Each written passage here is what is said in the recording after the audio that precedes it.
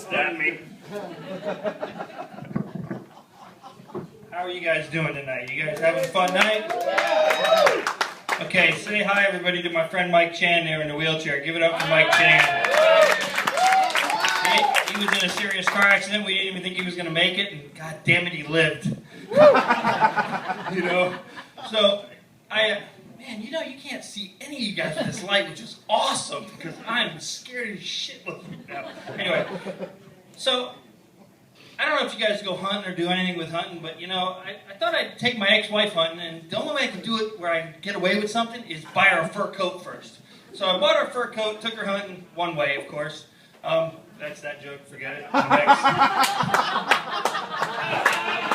You guys know the end of that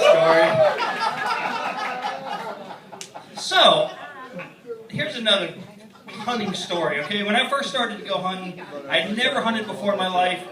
I'm up in Pennsylvania. My brother-in-law lives up there, and I was up there visiting, and they said, my brother-in-law and his buddy said to me, hey, you know what? If you shoot a deer, you got to make sure the antlers are sticking out at least 2 inches. And I said, well, what if they're sticking out 2 inches and I shoot it? And, you know, they're not really 2 inches.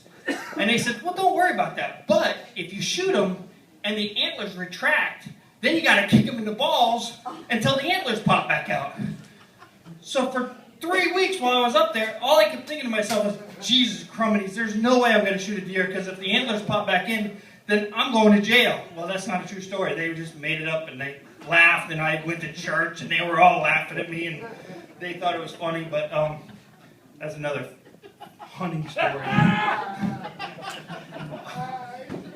Anyway, let's see, what can I tell you about being married, being divorced?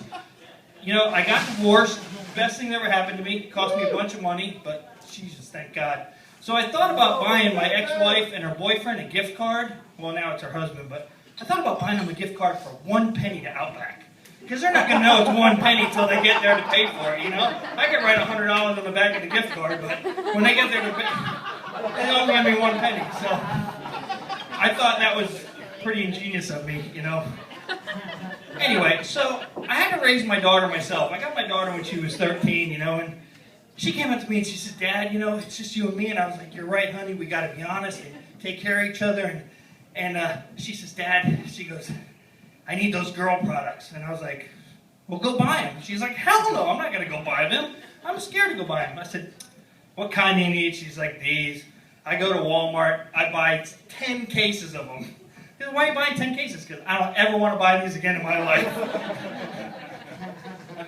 Anyway, so, you know, raising my daughter by myself was really, really hard, but it was the best experience in the world because she brought home her first boyfriend at 14, and I'm thinking, how am I going to scare this kid without bringing out all my guns?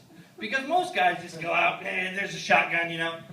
I did it real subtle. I brought out just 1 bullet, set it on the coffee table. Mr. Thomas, what's that for? That's if you treat my daughter the wrong way. That's the bullet I'm going to use right there. I'm going to, no other bullet. That's the bullet I'm going to use right there. So then she brings home her first 16-year-old boyfriend, right? So now I know what they're really getting into. My daughter goes, oh no, Dad, not the bullet again. Bring the bullet out, set it on the coffee table. What's that for, Mr. Thomas? I said, that's if you go in my daughter's pants. That's the bullet I'm going to use right there. So she became a senior in high school, and, you know, I thought, you know, I'm going to let him take my nice car to the senior prom. So the boy that she was dating at that time, he says, Mr. Thomas, he says, what's that bullet for in the dashboard? I said, well, if you don't bring my car back and my daughter back in one piece, that's the bullet I'm going to use. That's it. That's my story. I'm done.